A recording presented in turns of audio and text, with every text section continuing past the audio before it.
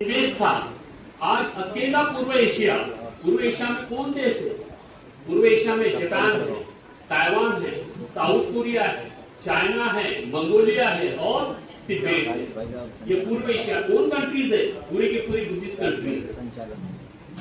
और इन देशों का भारत के ऊपर में 80% निवेश था। एक जमाने में हमारा निवेश उनके ऊपर में था, दुनिया के ऊपर में 30% था, आज उनका हमारे ऊपर में।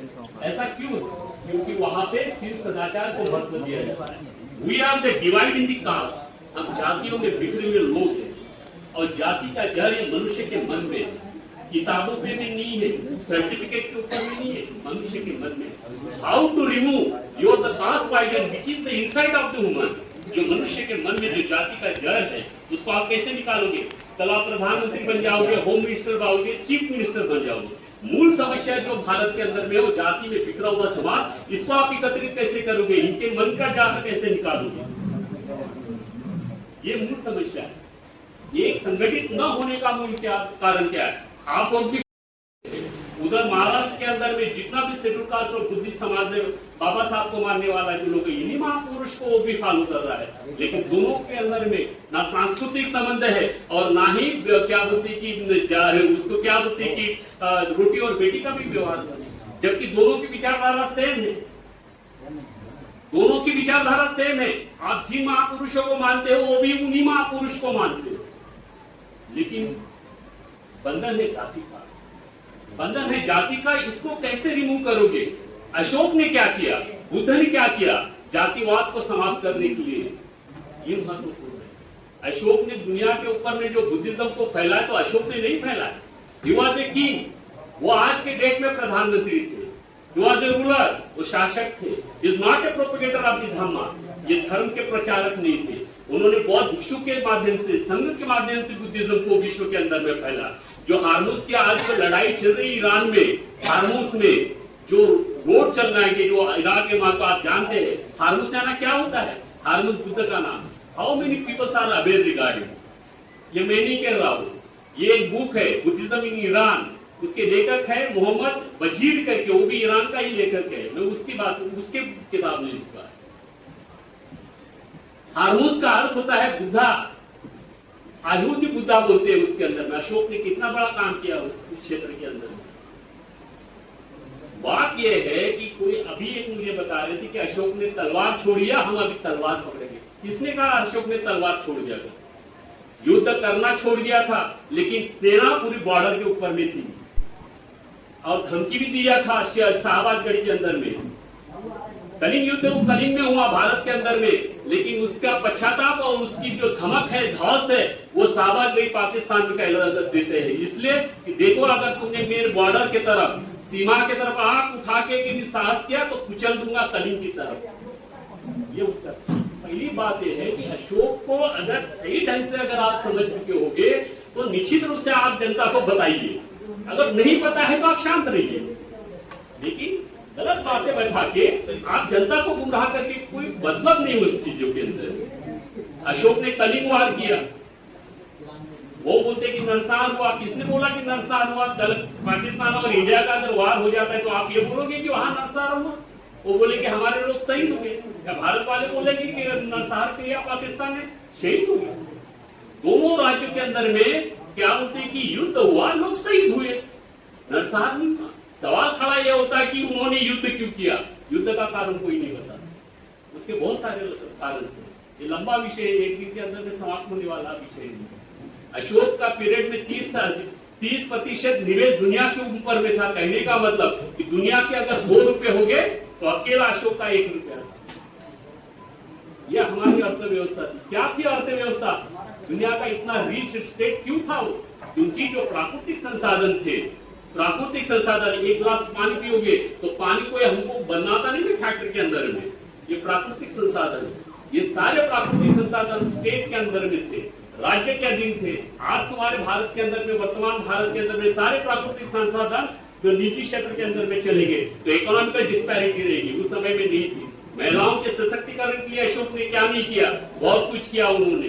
जितने भी 84,000 जो स्तूप बनवाए वो सिर्फ पूजा अर्चना और घंटी बजाने के लिए नहीं थे, वो हमारे एकेडमिक एजुकेशन भी बता थे। वो वहां पे सभी प्रकार की शिक्षा दिया जाती थी, engineering, medical science, engineering science, agriculture, each and every subject there is the learning centres थे हमारे। क्योंकि आपने सोचना चाहिए कि अशोक ने बड़े बड़े पिलर काटे, ये इंजीनियरिंग है। सम्राट अशोक का जो पुत्र थी कुनार, जिनके आंखों की रोशनी निकल गई थी, तो घोष नाम के अरन भिक्षु ने उनके आंखों की रोशनी फिर से वापस लेके आए। He was an eye specialist, means वो मेडिकल डॉक्टर था। ये हमारा गौरवशाली इतिहास है। हमारे पास में कौन सा इतिहास लेके आएंगे? सनातन धर्म धोखे में। व्हाट इज द सनातन? सनातन क्या है? जो सनातन की डींग मारते हैं उनको पूछो सनातन का अर्थ क्या है। आपने सिर्फ मैं को मोहन भागवत के पहले लाइन में बैठा हुआ व्यक्ति और डिस्कस किया हो कि सनातन का अर्थ क्या है, मुझे समझा के श्री श्री रविशंकर उनको भी पूछा सनातन का अर्थ क्या है तो बताओ मुझे। सनातन लेके आप घूम रहे हो, डींग पीट रहे हो, बैंड बाजा बजा रहे हो, संदर्भ बजा रहे हो, सब सनातन का अर्थ तो पता चलना चाहिए। सनातन का अर्थ होता है जो शाश्वत है, जो बदलता नहीं। आज से हजारों करोड़ों साल पहले अग्नि का स्वभाव जलना और जलाना था, आज भी अग्नि का स्वभाव जलना और जलाना है, वो रहेगा, और हजारों करोड़ों साल बाद भी अग्नि का स्वभाव यही रहेगा, जलना और जलाना। ये सनातन है और इसी को धर्म बोला है बुद्ध ने। ये धर्म है। बुद्ध ने दुख का उपाय नहीं, दुख नहीं खोजा। उस जमाने में लोग हजारों करोड़ जो जन्मेगा, हजारों करोड़ साल पहले जो जन्मा था वो दुखी था, संतापित था, आज भी है और हजारों करोड़ों साल में। ये सनातन है। बुद्ध ने इसके ऊपर का मार्ग खोजा कि दुख से कैसे मुक्ति मिले जनता को। ये सनातन होता है। तो पहले धर्म क्या होता है ये समझो। धर्म ये बौद्ध धर्म नहीं होता है। पूरे संपूर्ण त्रिपिटक के अंदर में बौद्ध धर्म ये शब्द नहीं है। सम्राट अशोक के शिलालेखों के ऊपर में बौद्ध धर्म ये शब्द नहीं है। धर्म और संप्रदाय ये शब्द आते, पाषाण ऐसे कुछ तो भी शब्द है उसके अंदर में, पाली के अंदर में। व्हाट इज द संप्रदाय? आप जिसको हिंदू धर्म, बौद्ध धर्म, सिख धर्म बोलते, ये संप्रदाय है। उनकी अपनी रिचुअल प्रैक्टिसेस है, उनके अपने रीति रिवाज है। इसका धर्म से कोई लेन देन नहीं है। धर्म मीन्स लॉ ऑफ नेचर, कुदरत का कानून, निसर्ग का नियम। मैंने अपने मन में किसी प्रकार का अगर कोई विकार और कोई किसी प्रकार की दुर्भावना अगर जगाता हूं तो मैं तुरंत व्याकुल हो जाऊंगा। ये लॉ ऑफ नेचर है। ऐसा कोई विश्व का आदमी करेगा वो तुरंत संतापित होगा। लॉ ऑफ नेचर ये धर्म है। लॉ ऑफ नेचर को, कुदरत के कानून को धर्म कहा जाता है। बौद्ध धर्म, हिंदू धर्म, सिख धर्म, ईसाई धर्म नहीं है। ये तो पॉलिटिकल एजेंडा है जो आपके सामने में रखा जाता है, क्योंकि उनको मालूम है कि हमारा जो मैक्सिमम 80% जो लोग हैं ये हम ब्राह्मणवाद के प्रभाव के अंदर में है। इनको कैसे बंधन में बांध के रखे धर्म के नाम के ऊपर में, संप्रदाय के नाम से, वो एजेंडा वो चला रहे हैं। उनका मूल आधार, राजनीतिक मूल आधार, सम्राट अशोक के राजनीति का मूल आधार सांस्कृतिक आधार था। सम्राट अशोक के कल अगर आप पावर में आ जाते हो, भिन्न भिन्न प्रकार के विचारों के लोग हैं, आप कैसे विकास करोगे? विकास नहीं कर सकते जब तक पूरा समाज एक समान और एक विचार के नहीं होते हैं। विचार परिवर्तन जब तक नहीं होता समता का, तब तक कि आपको विकास भी नहीं कर सकते। खिंचाना तानी चलते रहेगी। इसलिए आपको समझना पड़ेगा सम्राट अशोक के राजनीति के पीढ़ी कि सम्राट अशोक ने 40 साल तक जो राज किया तो किसी प्रकार का उथल पुथल नहीं हुआ। उसकी पॉलिटिकल स्ट्रेटेजी क्या थी ये भी आपको समझना होगा। मात्र सिर्फ सम्राट अशोक का नाम लेके और बड़ी बड़ी बात करके बहुत ज्यादा परिवर्तन आना नहीं होगा। सम्राट अशोक ने 84,000 स्तूप मात्र पूजा अर्चना के लिए नहीं बनवाए थे, तो मनुष्य का मन परिवर्तन करने के लिए बनवाए थे। जब तक मनुष्य का मन परिवर्तित नहीं होगा, जब तक विचार परिवर्तन नहीं होगा, सम्राट अशोक ने भी कहा है अपने शिलालेखों के अंदर में, विचार परिवर्तन से ही भी ये बहुत बड़ा काम कर चुका हूं। और यही बात बाबा साहब ने भी कही है। जो बात आप बोल रहे हो कि हमको धर्म की स्वतंत्रता थी, सम्राट अशोक के भी समय में 4 संप्रदाय को अपने विचार, जो कुछ संप्रदाय थे, विचार प्रवाह थे, उनको भी स्वतंत्रता थी। वो सी नई बात है कि आज संविधान के अंदर में जो हमको धर्म की स्वतंत्रता मिली है, संप्रदाय अपने विचारों को अपनी जनता तक पहुंचाने की स्वतंत्रता थी, अशोक के पीरियड में थी। आज जो हमको पैरोल के ऊपर में जो कैदी छोड़े जाते हैं, जो कौन सी नई बात है, अशोक के पीरियड में भी होती थी। इंटरनेशनल कोड आज जो जिनेवा में था वो पाटलिपुत्र में भी हुआ करता था। बहुत सारी बातें हैं कि बताने के लिए बहुत कुछ है आपके लिए। सामाजिक समता थी, महिलाओं से सशक्तिकरण के लिए, आज महिलाओं के सशक्तिकरण के लिए हजारों बातें और दुनिया भर की क्या बोलती की किताबें लिखी गई, लेकिन महिलाओं का सशक्तिकरण नहीं हो रहा है। क्यों नहीं हो रहा है? महिलाओं के ऊपर में जो बोझा है, उसके ऊपर में अपने पति का बोझा है, बच्चों का बोझा है। उसके बाद में क्या कि पति अगर अच्छा है तो ठीक है, अगर पति ठीक नहीं है तो वो भी रिस्पॉन्सिबिलिटी उसके ऊपर में आते। ऐसे दबे हुए रिस्पॉन्सिबिलिटी में महिलाओं का सशक्तिकरण की बात कर रहे हो हम। एक प्रकार की चेष्टा है। मतलब सम्राट अशोक ने जो बच्चों की रिस्पॉन्सिबिलिटी थी, पूरे के पूरे बच्चों को उठा के बिहारों में विनयाधिष्ठित बहुत भिक्षुओं के पास में रखा। शील सदाचार के पहले इनको शील सदाचार सिखाओ। ये बड़े कलेक्टर बने, भले वो पीएचडी बने, हायर एजुकेटेड बने, नो डाउट, अगर वो चरित्रवान नहीं है तो ऐसे शिक्षा का क्या काम है? अगर वो चरित्र, कल अगर आप पावर में भी आओगे, अगर आपके अंदर में अगर शील सदाचार नहीं है तो आप क्या जनता की सेवा करोगे? कुछ नहीं कर सकते आप लोग। इसलिए सम्राट अशोक ने शील सदाचार के ऊपर क्या बोलते हैं कि ज्यादा बल दिया उन्होंने। इसलिए सम्राट अशोक का जो भारत था, जो जम्बूद्वीप था, वो दुनिया का सबसे अमीर था, दुनिया का सबसे क्या बोलते हैं कि समतामूलक समाज का निर्माता था वो, और चरित्रवान था। सबसे बड़ी बात, एज पर the according to the reference of the क्या बोलते हैं कि रोमिना थॉपर, वो अपने किताब में बोलती है कि अशोक के पीरियड में 98% लोग चरित्रवान थे और 2% जो है क्राइम था। यह आज क्या स्थिति है? जापान के अंदर में 2% क्राइम और 98% लोग चरित्रवान है। वो इसलिए वो डेवलप है।